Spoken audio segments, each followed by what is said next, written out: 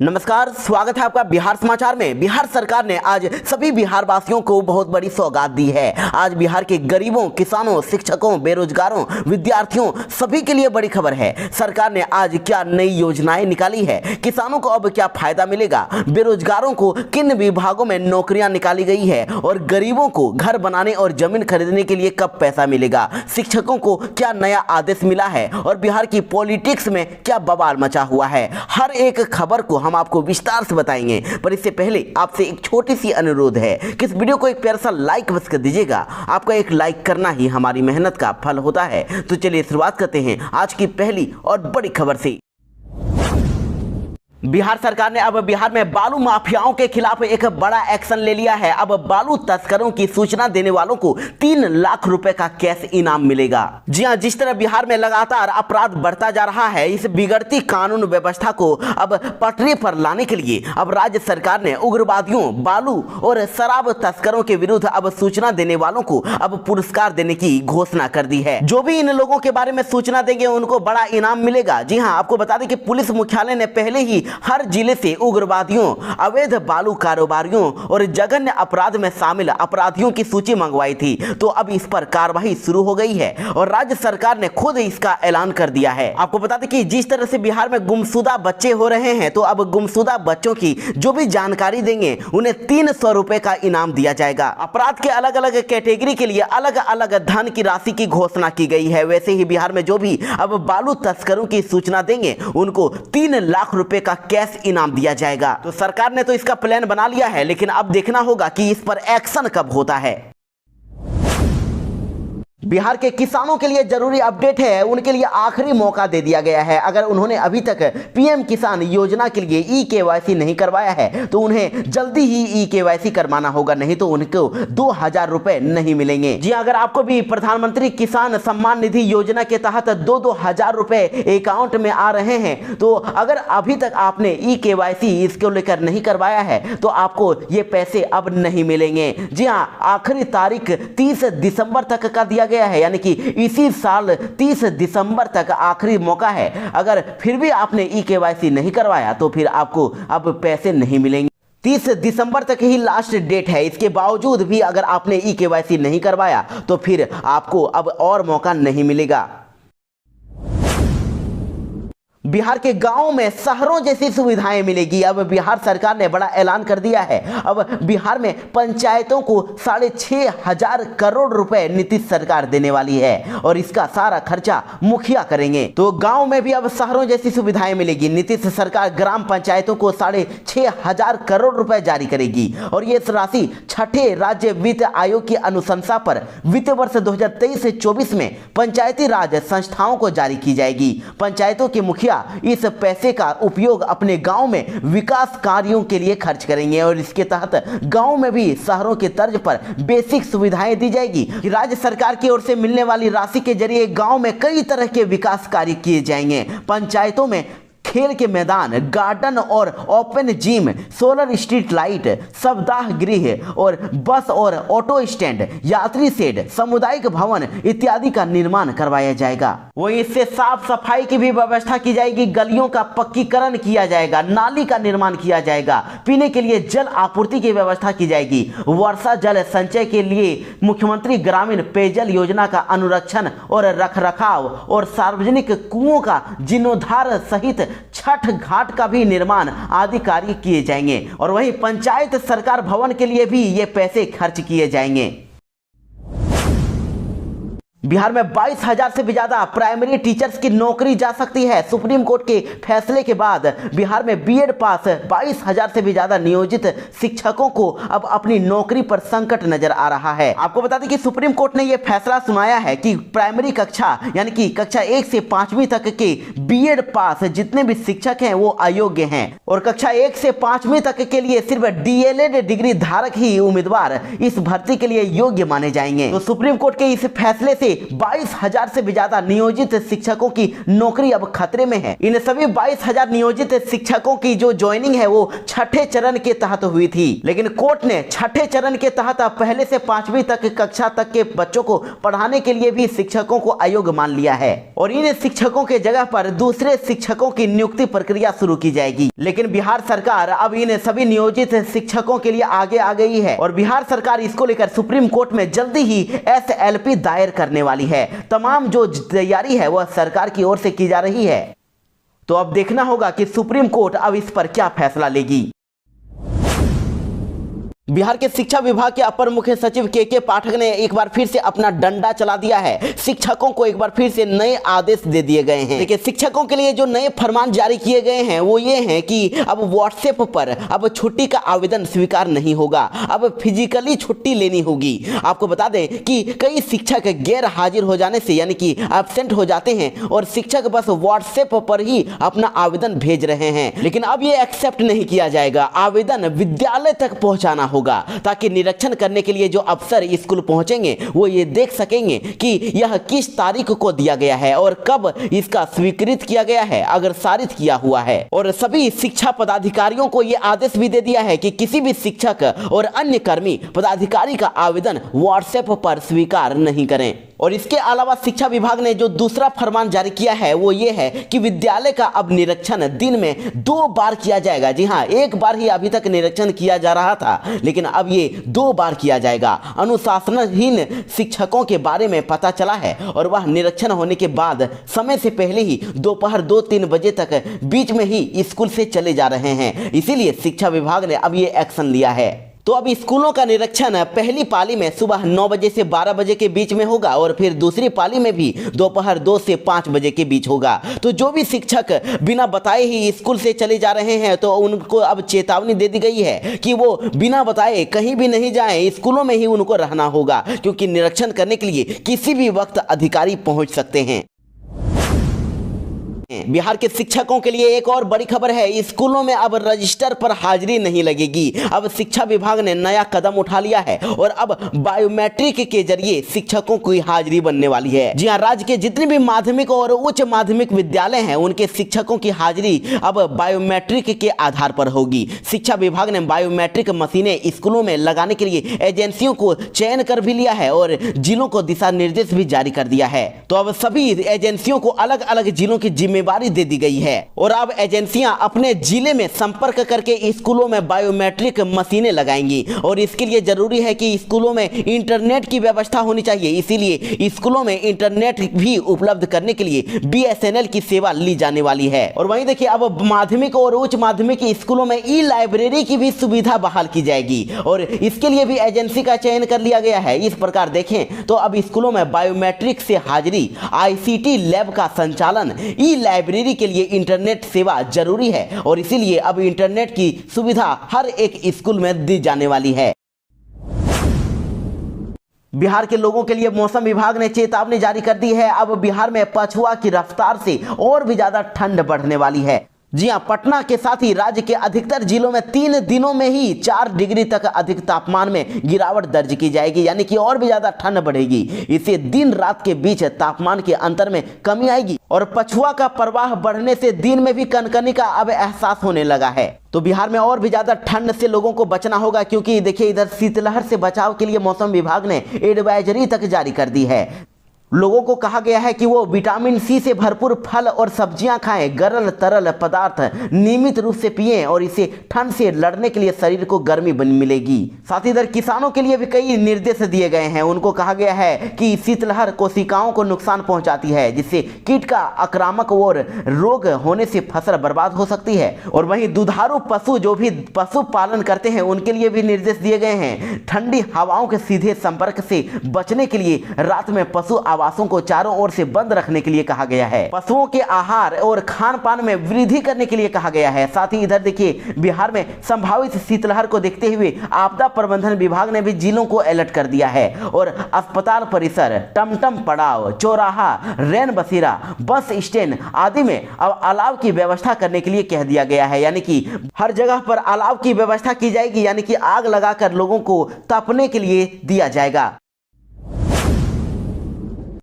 बिहार में महिलाओं के लिए एक पिंक बस की सुविधा मिलने वाली है। इसमें कई सारे सुविधाएं दी जाएगी। जी हां, महिलाओं की सुविधा के लिए अब पटना शहर में एक ऐसी बस होगी जिसमें शौचालय से लेकर अन्य सुविधाओं से ये लैस होगी। इस बस को पिंक बस शौचालय के नाम से जाना जाएगा। पटना नगर निगम ने पुणे से पिंक बस शौचालय की खरीदारी की है और बस इसी महीने की 24 तारीख को पिंक बस शौचालय पटना पहुंच जाएगा और नगर निगम CSR फंड से पिंक बस की सुविधा देने जा रहा है। इसकी लागत करीब 18 लाख रुपए है। और वैसे भी बिहार में कई ऐसे शौचालय हैं जहां पर इतनी सारी गंदगी है कि महिलाएं इसका इस्तेमाल कर भी नहीं पा रही हैं। संक्रमण का खतरा बना रहता है और जिसकी वजह से महिलाओं को काफी असुविधा होती है। इसलिए पिंक बस शौचालय में अब साधारण पब्लिक टॉयलेट से अलग बहुत सारी सुविधाएं दी जाएगी।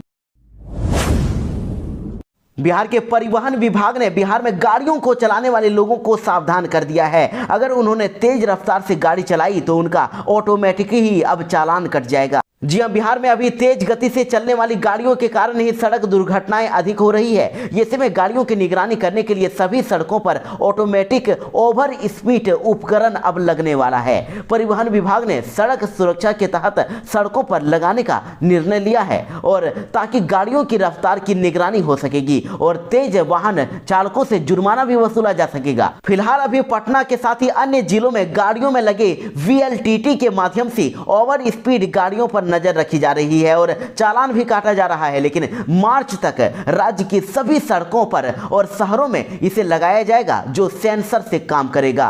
सड़कों के अलावा सभी जिलों के बॉर्डर पर टोल प्लाजा से पहले इस उपकरण को लगाया जाएगा ताकि गाड़ियों की पहचान करने में परेशानी नहीं होगी। और वैसे भी अभी मैनुअल ट्रैफिक चालान बंद हो चुका है तो अब बिहार के सभी जिलों में अब ट्रैफिक पुलिस अब ऑटोमेटिक या फिर हैंड हेल्ड डिवाइस यानी कि HHD के जरिए चालान काट रहे हैं और नए साल में मैनुअल चालान पूरी तरह से अब बंद कर दिया जाएगा। नए साल से पहले ही बिहार सरकार ने अधिकारियों को बड़ा तोहफा दिया है। अब सर्किल ऑफिसर को DCLR के पद पर प्रमोशन किया गया है। जी हां, बिहार के 56 अंचल अधिकारियों को प्रमोशन दिया गया है। सभी को भूमि सुधार उप समाहर्ता के पद यानी कि DCLR पर प्रमोशन दिया गया है। इसको लेकर राजस्व एवं भूमि सुधार विभाग की तरफ से अधिसूचना जारी की गई है और इस अधिसूचना के मुताबिक कुल 56 कर्मियों को DCLR के पद पर प्रोन्नति दी गई है। वैसे आपको बता दें बिहार के अलग अलग विभागों में भी प्रमोशन का काम तेजी से चल रहा है। सचिवालय सेवा के 523 कर्मियों को विभिन्न पदों पर प्रमोशन दिया गया है। वहीं सामान्य प्रशासन विभाग ने इसका नोटिफिकेशन भी जारी कर दिया है और अब राजस्व विभाग में 56 CO को DCLR बनाया गया है। इसके अलावा दूसरे विभागों में भी लंबित प्रोन्नति का काम किया जा रहा है। अधिकारियों और कर्मचारियों को नया प्रभार सौंपा जा रहा है। BPSC के तहत दूसरे चरण की शिक्षक भर्ती परीक्षा देने वाले युवाओं के लिए बड़ी खबर है। अब शिक्षक भर्ती की परीक्षा जो रद्द हो गई थी उसके लिए दूसरे तारीखों का ऐलान कर दिया गया है। जी हां, आयोग की तरफ से जारी अधिसूचना के मुताबिक सीतामढ़ी के एक केंद्र पर रद्द हुई परीक्षा अब 28 दिसंबर को आयोजित की जाएगी और वहीं सिवान के एक केंद्र पर कोई परीक्षा भी 18 दिसंबर को ही आयोजित की जाएगी। वहीं आपको बता दें कि 8 और 9 दिसंबर को होने वाली परीक्षा भी रद्द हो गई है और सबसे बड़ी बात तो यह है कि ये दोनों परीक्षाएं अब पटना में आयोजित की जाएगी। दोनों परीक्षाओं में 550 से अधिक अभ्यर्थी शामिल होंगे। हालांकि नई डेट को एग्जाम होने से अभ्यर्थी की मुश्किलें थोड़ी बढ़ने वाली है। से आपको यह भी बता दें कि 8 दिसंबर को सीतामढ़ी के DAV स्कूल में मैथमेटिक्स की परीक्षा होने वाली थी। इस परीक्षा में टोटल 444 कैंडिडेट्स शामिल होने वाले थे, लेकिन यह परीक्षा रद्द कर दी गई थी। इसके बाद अब ये परीक्षा कमला नेहरू उच्च माध्यमिक विद्यालय गर्दनी बाग में दोपहर 12 बजे से आयोजित करवाई जाएगी। वहीं इसके साथ ही सिवान के वेकली इंटरनेशनल स्कूल में आयोजित परीक्षा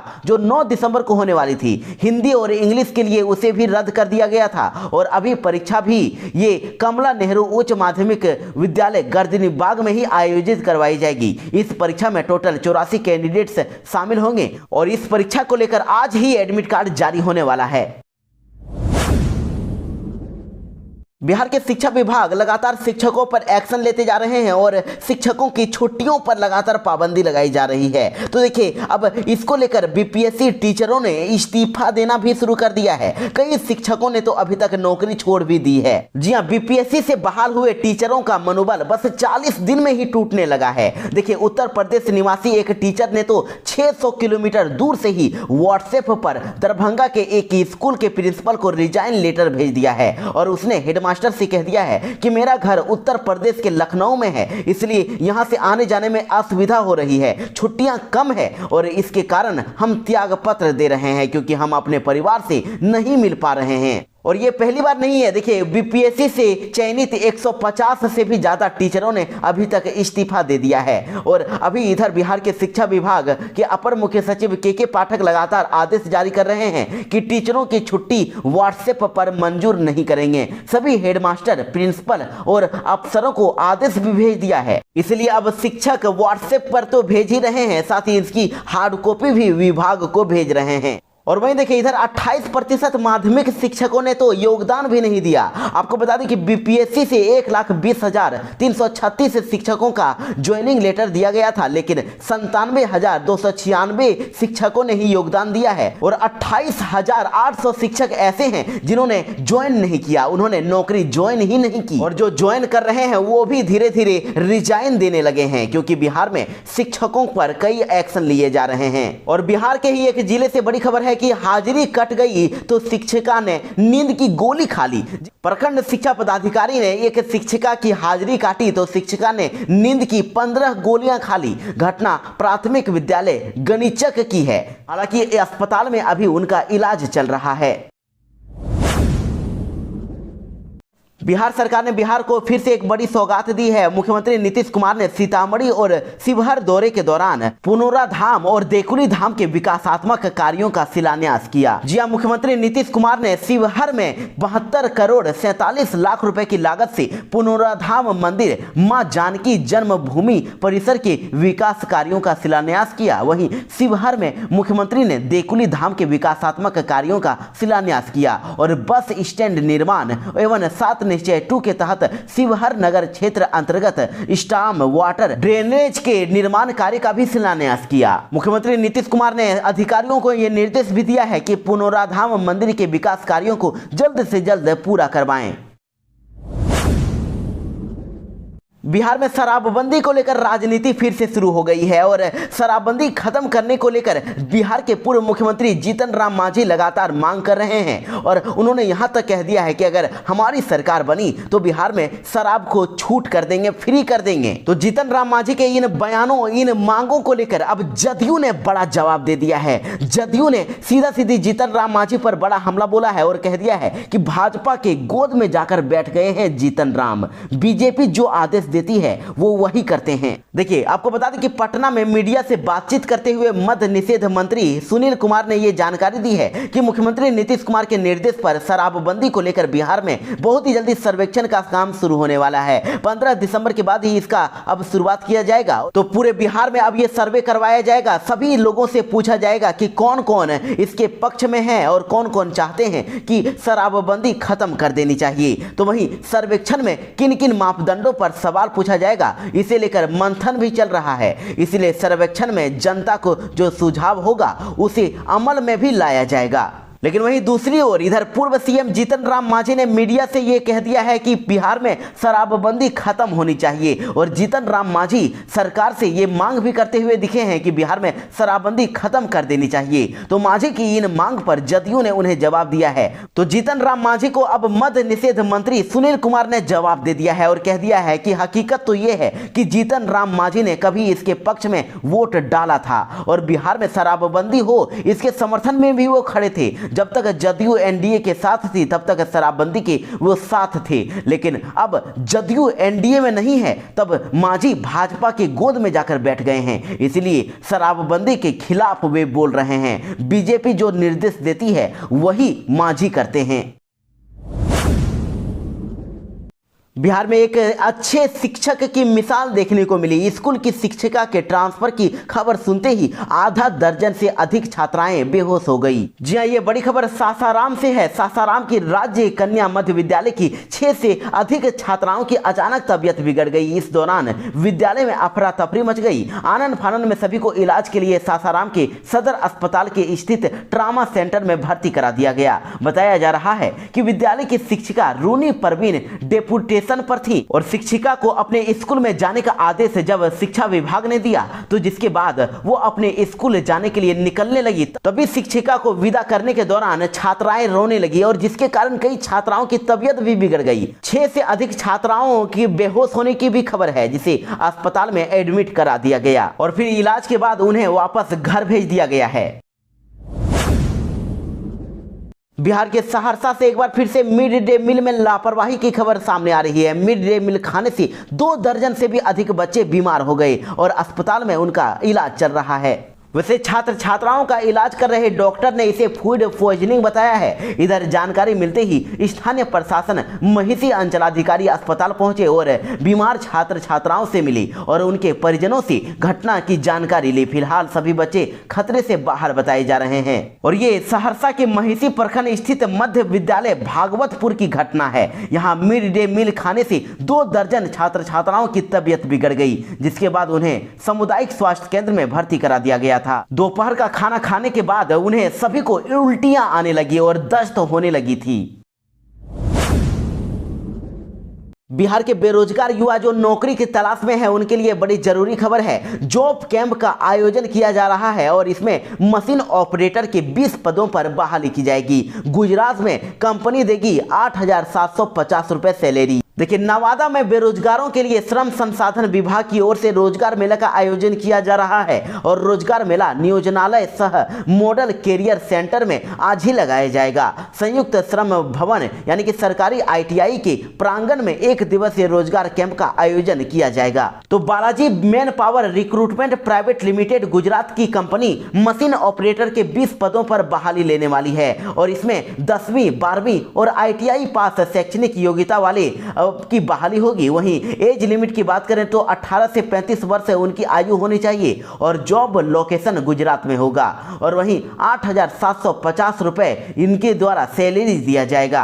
कैंटीन की भी व्यवस्था होगी। जॉब कैंप पुरुष और महिलाओं दोनों के लिए है, तो जो भी इसके लिए इच्छुक है बस जॉब कैंप पर शैक्षणिक प्रमाण पत्र, आधार कार्ड की जेरोक्स, रंगीन फोटो और बायोडाटा के साथ संयुक्त श्रम भवन सरकारी ITI के प्रांगण में अवश्य पहुंच जाएं और 11 बजे ही ये कैंप लगने वाला है।